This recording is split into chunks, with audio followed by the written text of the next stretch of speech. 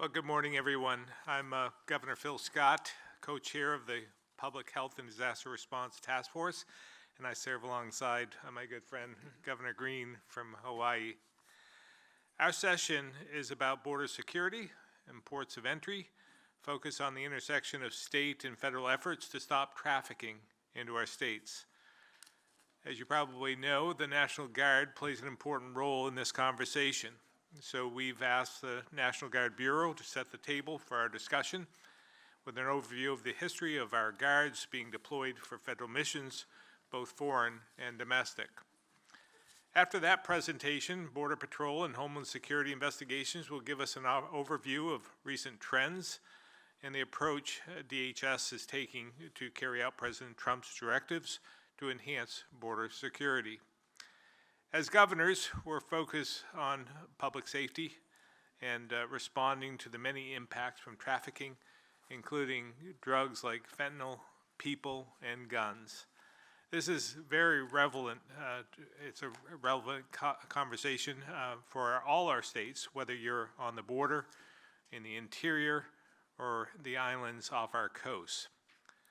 I believe collaboration is key to tackling this challenge, and I look forward to the conversation and working to make this an ongoing dialogue. So I want to thank our presenters, Major General Burkett, Deputy Chief B. Miller, and Deputy Assistant Director Smith, as well as our fellow governors on the task force for joining us today. But before I turn it over to Governor Green, I want to take a moment and extend my condolences to the team at CBP for your loss of Border Patrol Agent Mayland, who was killed in the line of duty last month in Vermont, unfortunately. Though originally from Minnesota for the last decade, David had made Vermont his home. So today is the day of his memorial service in Minnesota, and flags in Vermont will be lowered to half staff. So with that, I'll turn it over to Governor Green. Thank you, Governor Scott. First of all, we thank you all for being in attendance today. As I was sharing with General Burkett, the people that attend these sessions are leaders in their fields, in their states, and take away and share with us a lot of their wisdom. So we feel these Governor Association meetings are critically important, and they're very effective. As Governor Scott mentioned, both of our states face unique challenges, being located near international land and waters. We have a lot in common, actually. I'm not positive people know how much we have in common as health states, Vermont and Hawaii, but historically, and I think this is the reason that we've been tasked with being co-chairs of this committee, historically, Vermont and Hawaii have had many of the best health outcomes and indicators in the country. We historically do far better than many states on ensuring our people. A lot of the times, cutting-edge leadership and legislation comes straight out of Vermont. We try to echo that, and we've been doing that for a long time in Hawaii. Prepaid Health Act, very low uninsured rates, extremely low in Hawaii, and so on. I would also quickly point out before I dive into this session that Hawaii and Vermont had an extraordinary tie for first place, which is something we're very proud of, and that was we had exactly the lowest mortality rate amongst all states in the country during COVID. I mean, to like 1/100th of a percentage point, which I hesitate to say, but I think Vermont was 1/100th of a percentage point better than us. And it's fantastic to see that. So we did very well during the pandemic because we had just a rational approach to healthcare and safety. And so I'm appreciative of his leadership and what all of our public health people did. So we're positioned in the Pacific, we in Hawaii, with ports of entry, air, and sea, and so some of the challenges that Governor Scott mentioned are very significant for us. As an ER doctor, I can tell you fentanyl is a disaster.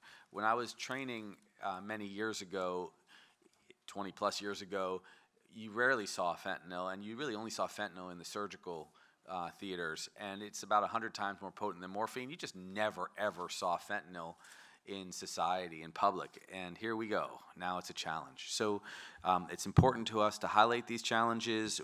We like a tailored approach to border security, which is why we have experts here today. And our discussion today is about understanding the dynamics in our country that will ensure that our National Guard, law enforcement agencies, and state governments are really equipped. We want to equip our leadership to fight back wherever federal support is needed to fight back on this scourge of the drug. So I'm looking forward to engaging with all of you guys today. We'll have time during the Q&A portion to really get into it. And let me first now introduce my esteemed guest to our right, Major General Burkett, who will give us a presentation from his perspective. He serves as National Guard Bureau Director of Operations. This is a very serious position after departing the 36th Infantry Division, Camp Mabry, Texas, where he served as commander there since March of 2022. So Major General, thank you for being here, and the floor is yours. Governor, thank you, Governor Scott, Governor Guerrero, and ladies and gentlemen, I am absolutely humbled to be part of this panel.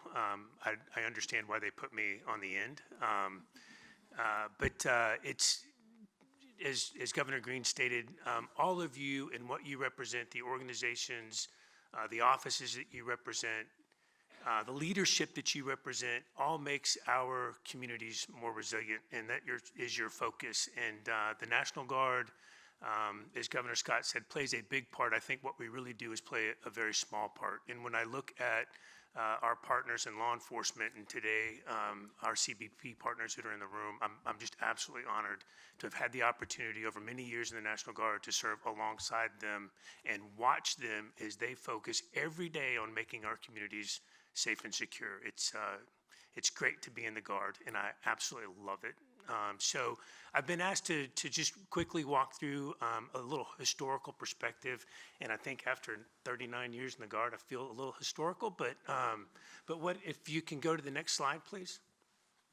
What I've prepared for you is a sand chart that kind of demonstrates how the Guard is used today. We picked the sand chart up in 2015, but I joined the Guard in 2000, and it's a very different Guard than it is today. So while we certainly supported civil authorities within our communities, annual training was a big event for us. We weren't in conflict around the globe. And then, as you know, in 2003, 2021, I'm sorry, when 2001, after 9/11, all of that changed. And then we went into, roughly 18 years of persistent conflict. And what happened was the Guard changed from a strategic or an operational reserve to more of, in my opinion, the operational force. Today, the Army, big Air Force cannot operate around the globe and support combatant commanders without the assistance of the National Guard. They just can't do it. So we are part of the operational force. And what you'll see in that blue chart, that blue line represents the Title X involvement that we do when we are federalized. And this is support, daily support to combatant commanders, to include NORAD, NORTHCOM on a daily basis. These are overseas contingency missions, but they're also Homeland Defense missions. The air cap that we fly, the missile defense that we provide, it's a constant activation of Guard soldiers. Today, there are 42,000 Guardsmen that are activated that are serving around the globe. That's a lot. When you look at the orange line, it kind of ebbs and flows in terms of how much Title 32 we use in support of governors. You'll see some big open swaths there where it was obviously COVID, civil disturbance operations. During COVID, and I'll kind of pause there a little bit. I mean, obviously, a big role for our medical providers, our medical citizen soldiers, that the majority of which work in a civilian capacity within the medical field. But a lot of heroes across that entire environment emerged, and our folks that were, if they weren't supporting the governor, then they were supporting locally and regionally within the hospitals and the clinics that they served. But we have medical capacity in every state, every territory. The District of Columbia that today is organized in force packages that can be activated rather quickly, that can provide mass cow type services. They can augment hospitals and clinics. They can help with hospital decompression, patient transport. They're involved in emergency search and extraction in our chemical biological response teams. They're part of our civil support teams and CST. That is all within that Title 32 role. Some of it's activated, some of it's standing by to be in state active duty. And so the gray portion that you see is the state active duty. That first big gray spike was Hurricane Harvey, and back then, and I'm not making a pitch for climate change, but the frequency of natural disasters, whether it's hurricanes, floods, fires, winter storms, it's just picking up. We're seeing more of those kinds of things and our events, and we're using guardsmen and women to help respond and support civil authorities at a greater frequency than we did when I joined the Guard. What I really like about this chart is when you look at, even though Afghanistan is drawn down and we completely not completely, but we came out of Iraq and we still have some presence there, that blue line didn't dip. And the orange line hasn't gone away. And that gray line continues to build. If it wasn't the National Guard filling that space, who does it? That resonates really well with our men and women, and I can tell you that they are incredibly proud to serve their communities. I look forward to your questions. Well, thank you so incredibly much, Major General. It's not lost on me how valuable the perspective is to have our National Guard, who we as governors value beyond measure, to help us with these healthcare crises and natural disasters. And if I may just say thank you guys again for you and everyone here for supporting us when we had our wildfire on August 8th in 2023.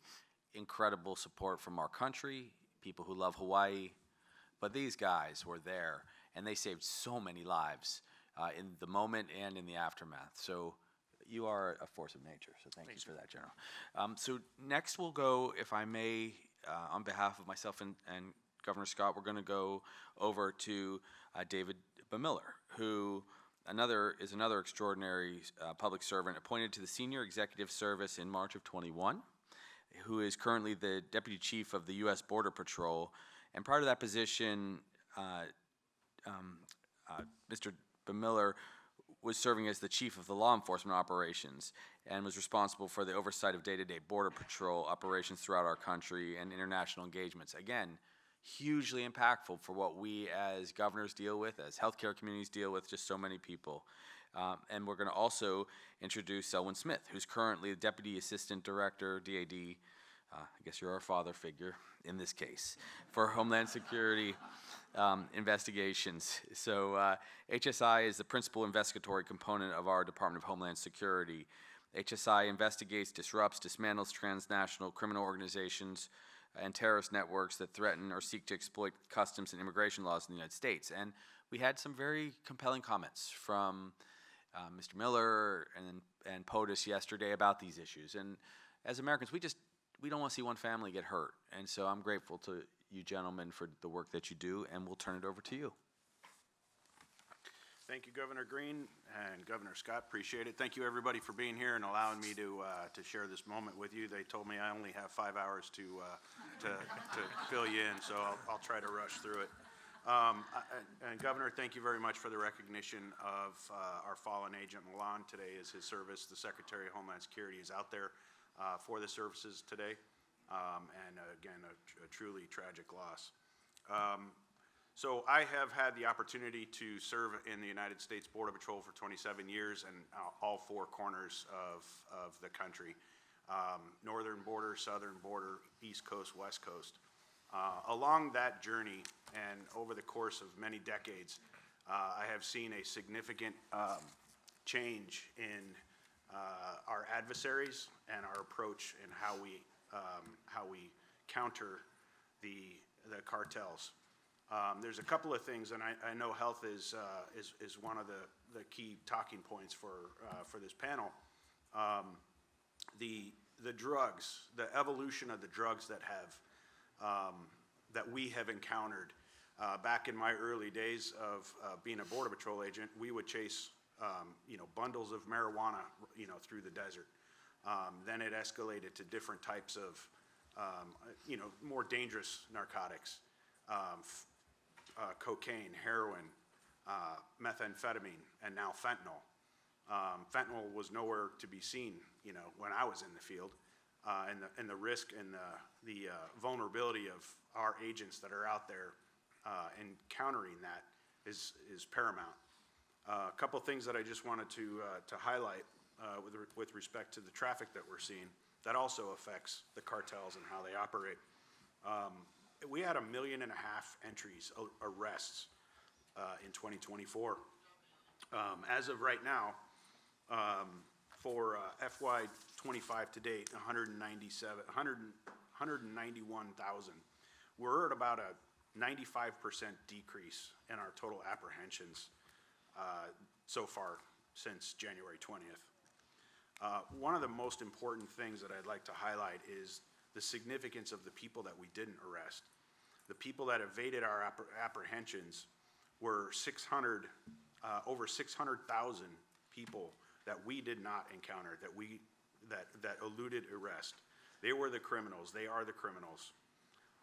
Now it's time to go get them. We have decreased our got-away traffic. I mean, think, well over 500,000. We had 67 gotaways total yesterday.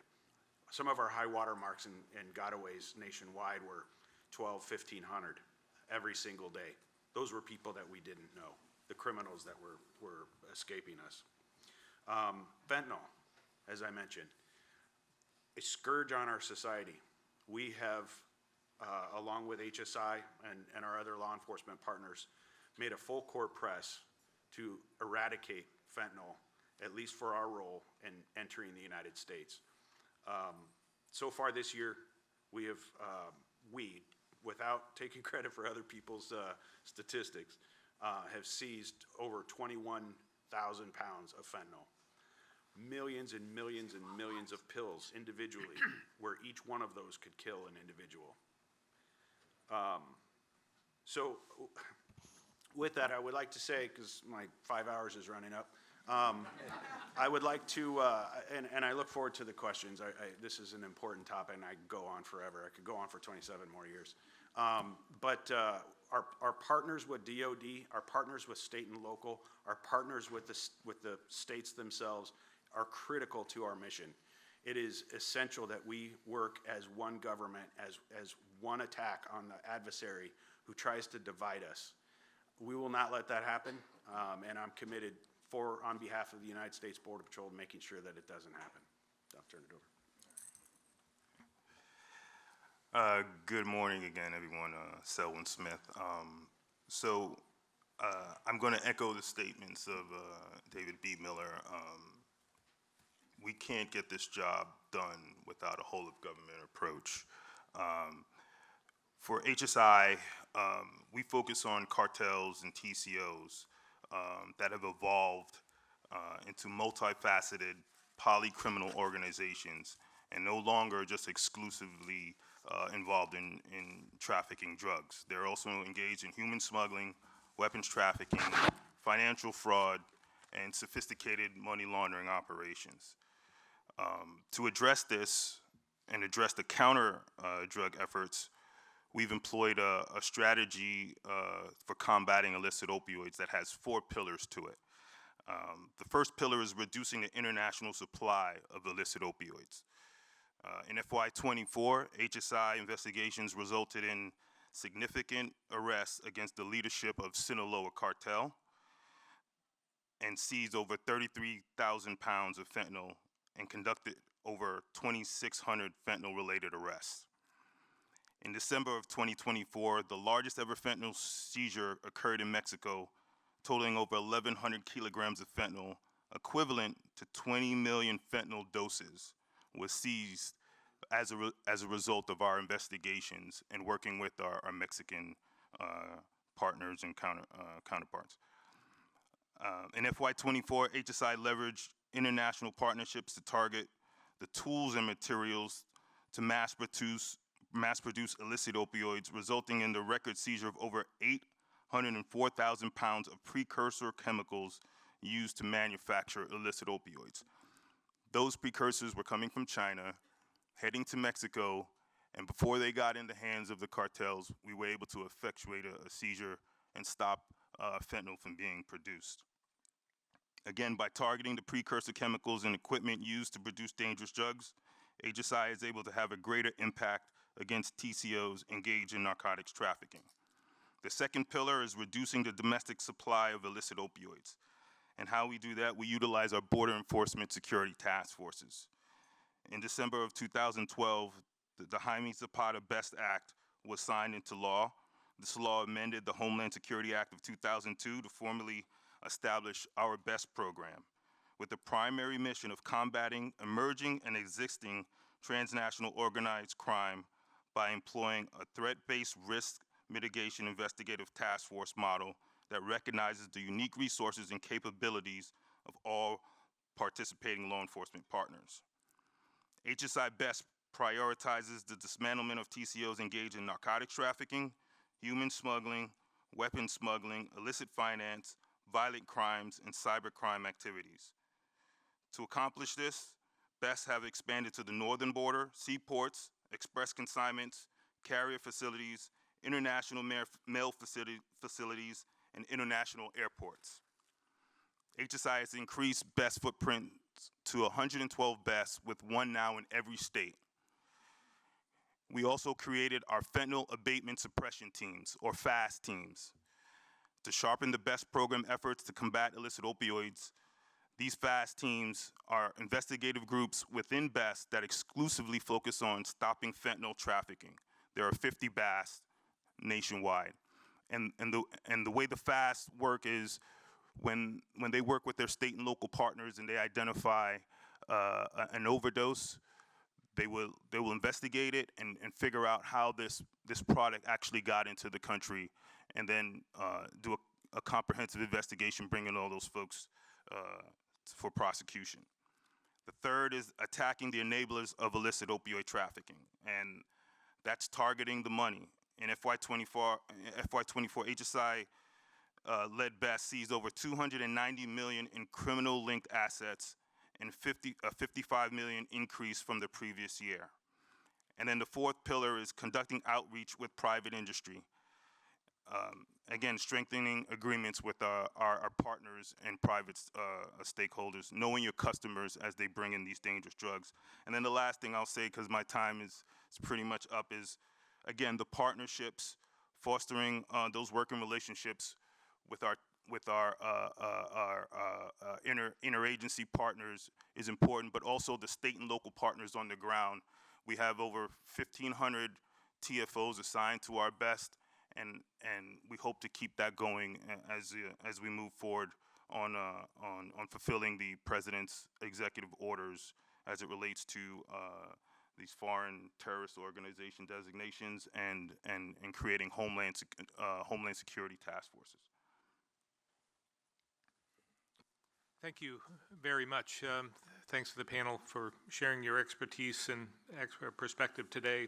This is an important conversation for all of us, and I just want to put a finer point on something that was said before about the number of incidents in terms of flooding and so forth. A little over a decade ago, Vermont was surprised by what was Hurricane Irene, turned into Tropical Storm Irene, and ravaged our state. We didn't think it was going to come up that far, but it did. And because of our mountainous terrain, it did significant damage. It took us probably 10 years to recover from that. That was a 100-year storm. About 10 years later, we were hit on July 9th, 2 years ago, with another significant amount of flooding over a 14-day period, multiple storms. Did tremendous damage once again, more so than Irene a decade earlier. 1 year to the date, it was July 9th of the following year, we got hit again. So these are becoming much more frequent. Without the Guard, we would be in a world of hurt. It's been one of the probably most honorable things that I've ever done is be Commander-in-Chief of the Guard, and I know I speak for other governors in saying so, not just the Guard members, but their families. We just had a conversation during breakfast with the Blue Star families, but it's important. The families, as well as the Guard members who volunteer and step up to help us, is significant. And as well, fentanyl. Governor Green had mentioned fentanyl is just ravaging again his state, our state, and all of America. And so we thank you for all you're doing to help us there.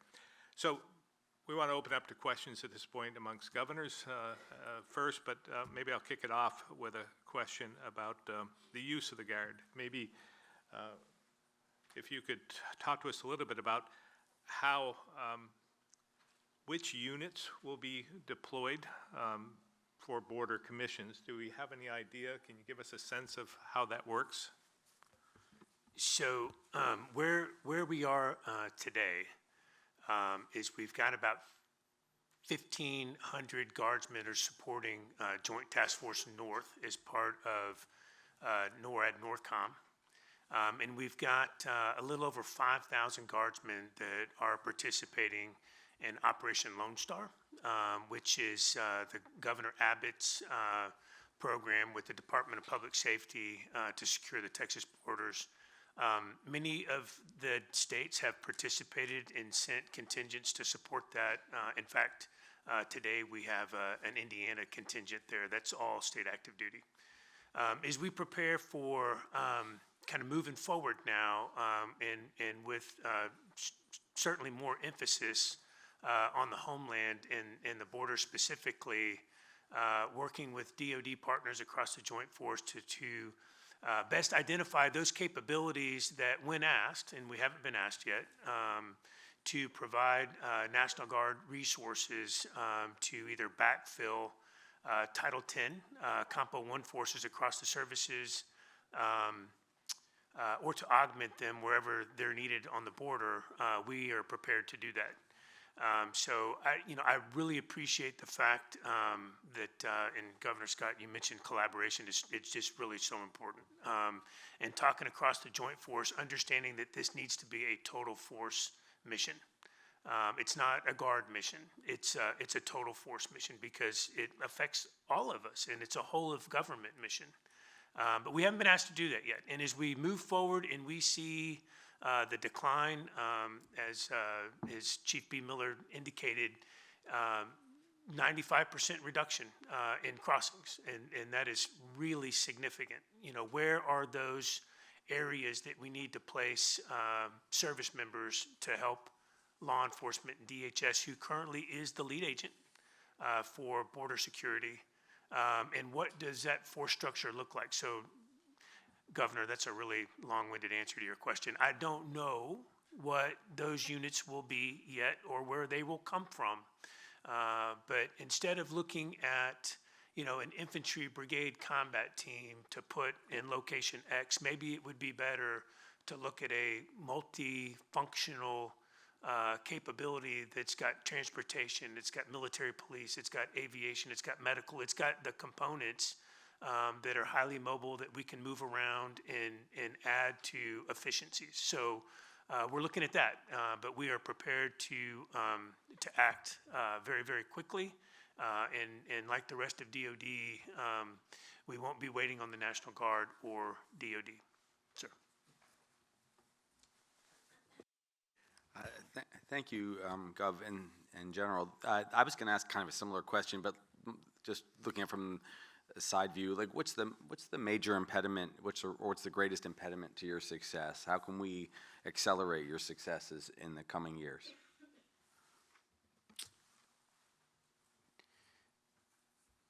Governor, I would ask that you continue to do what you do in support of the Guard, working with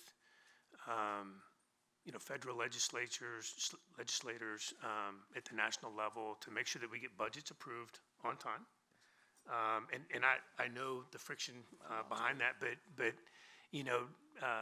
that does impact readiness and training plans and training schedules. So, and you work hard to do that, and I appreciate all of that. Where states help to incentivize military service or guard service, that helps a lot. It's amazing to me when I look at that sand chart, and I got to witness this personally. We still meet our retention numbers. We still meet our recruiting numbers, and we met that during a period of persistent conflict when you knew that if you joined the service, you would be deployed. You knew it. After those drawdowns took place, if you entered the National Guard in 2019 or 2020 or 2021, it was the busiest point in our history. We had at one point, over 120,000 guardsmen on orders. That's significant.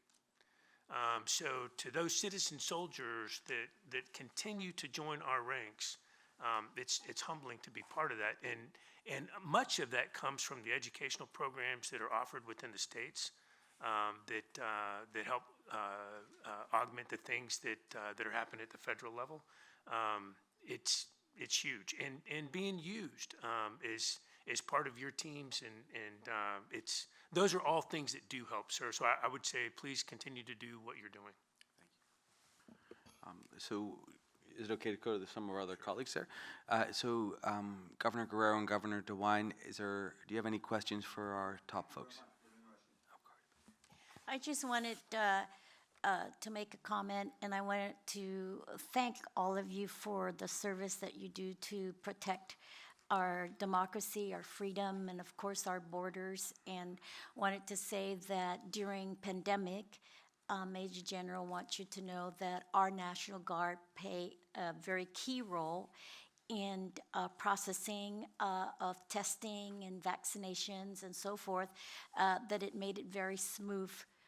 And without the Guard, we wouldn't have been able to reach a 92% vaccination rate in such a short period of time. So thank you for that. For Homeland Security and Border Patrol, we do not have Border Patrols in Guam, but we do have Homeland Security. We would like to beef up a lot more because we're seeing more illegal Chinese workers coming from CNMI, and that poses a problem for us in Guam. And we've been working with ICE to see how we can expand that role, but it's really a very difficult challenge for us because they won't go to those unaccepted ports of entry. So we've had to be creative, and we created a local task force to arrest those people because they violated local laws or maritime laws, and then we hand them over to ICE. And then what happens is they say, they vet them and stuff, they call for asylum, and then they put them out in the island. So that's a big issue that I'm trying to work with immigration and ICE to see how we can tighten that up. But my question to also Major General is cybersecurity is a big threat for us too in Guam. As you know, Guam is the second island chain of defense in the Pacific Indo-PACOM area, and we have seen hackers, and cybersecurity is very, very top on our list of priorities for protection. And are there more plans in the National Guard to expand cybersecurity? Because in our National Guard, we have a cybersecurity unit that we are using as experts in trying to implement and strengthen our cybersecurity plans. So, ma'am, I probably should have answered that with the previous question, so you really put me on the spot there. But our capacity and capability within cyber is pretty sufficient. And in some some respects rather unique in that, again, citizen soldiers that work in industry as part of network security and cyber functions make up our cyber protection teams. We have cyber capabilities in all of the 54, some more capable than others when you look at defensive cyber capability, which is all that we will do in the Homeland. But not offensive, operational technologies, internet operations, things that help improve networks. We've got capability, and you're right, in Guam you have it, and it's growing. Not necessarily in personnel, but experience and reps and sets that they get through training, but can be augmented by other guardsmen. And you requested last year, I think, use of Chapter 9. I would say do it again. Yes, I will. Okay. So that's an authority that would enable governors to use their guard personnel in that capacity for protecting Homeland Security in this case. Cybercom, U.S. Cybercom is looking at an initiative right now to increase their capacity and how across the Joint Force they can meet more of the demands from the combatant commanders across the globe. But as we look at Homeland, the Homeland being the number one priority, that too is an area that we are shifting focus and looking how we can grow and help the active components with Guard resources. Thank you. Yes, ma'am. Just to add a little bit to that conversation, it was probably 3 or 4 years ago, we had a cyber attack on our largest hospital in the state. And it was, you wouldn't think about a cyber attack on a hospital, but it was devastating for us. And we called out the Guard, and they came in, and within a matter of, it seemed like weeks, but it was days, they solved it and got us opened back up. And but it was life-threatening for many, so that's a real concern. But the National Guard did a tremendous job in helping us at that point. Hey, sir, if I could just add on to that a little bit. So those are indications that the Homeland's already under attack, and I think everyone in this room has heard that the Homeland's no longer a sanctuary, and it isn't. We experience non-kinetic attacks in the Homeland daily across all of our infrastructure.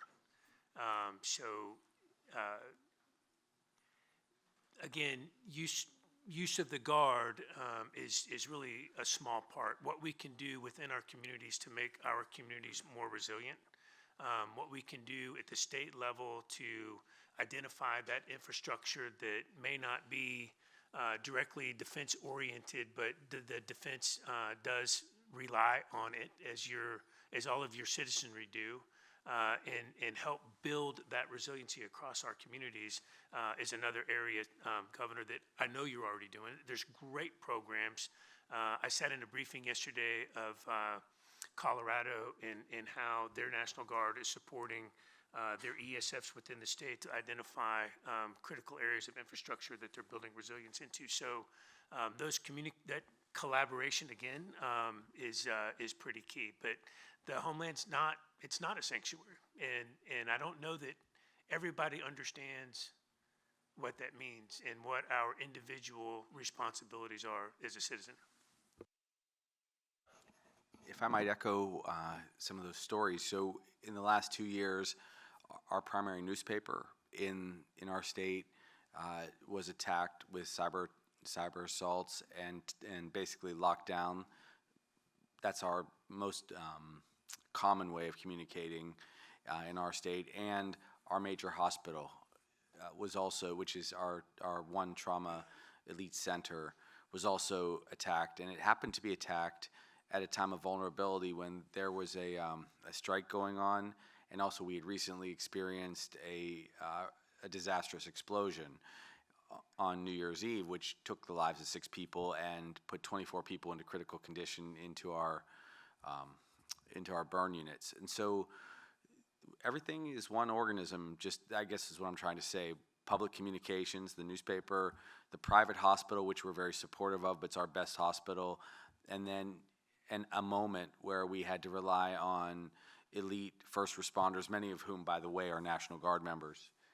And so all these things come together, and that means that this healthcare ecosystem has to be very well supported. So sometimes we're talking about more traditional healthcare issues in our committee, access to medications, treatment for chronic diseases, emerging challenges with outbreaks and pandemics, and sometimes we're talking about protecting our hospitals and our infrastructure, including our cyber infrastructure. So all of it's tied together, and I think it's one of the reasons why this committee and this organization, the National Governors Association, is just so super, because when I look out and I see leaders and I see generals and I see public health executives, it gives me a lot of hope that we're actually going to work together, irrespective of our occasional differences, on what is the most important thing, I think, in our country, which is the health and safety of our people. Speaking of communication, maybe one more follow-up, and you may not have the answer to this one, but it just adds the complexity, the logistics of what you have to do. But for instance, last year, I think there were a number of we don't have that many helicopters, but our helicopters were deployed for a mission on the border. And then we had the flood. And so we were without any helicopters at that point. Is that a consideration when you're deploying in so many different areas? I mean, your services are needed and again, expanded over the years. And I'm wondering, do you try and keep some assets in different locations, or how does that all work? So, so the planning for disaster response is absolutely continuous. It's continuous within your state, with your fantastic emergency planners within your state, in coordination with the National Guard and other mission partners.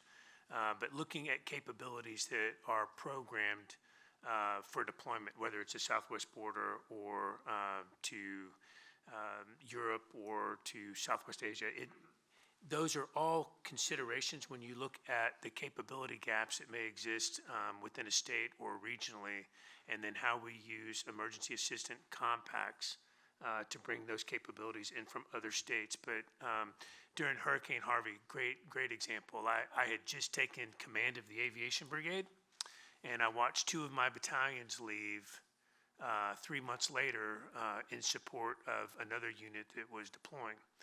Then Hurricane Harvey hit. We had 15 aircraft in the state, and we needed a lot more. And within 72 hours, we had over 70 aircraft in the state, which was absolutely amazing, because they were, having never flown in Texas, were doing rescues, hoist rescues with the aid of the HART teams from Virginia.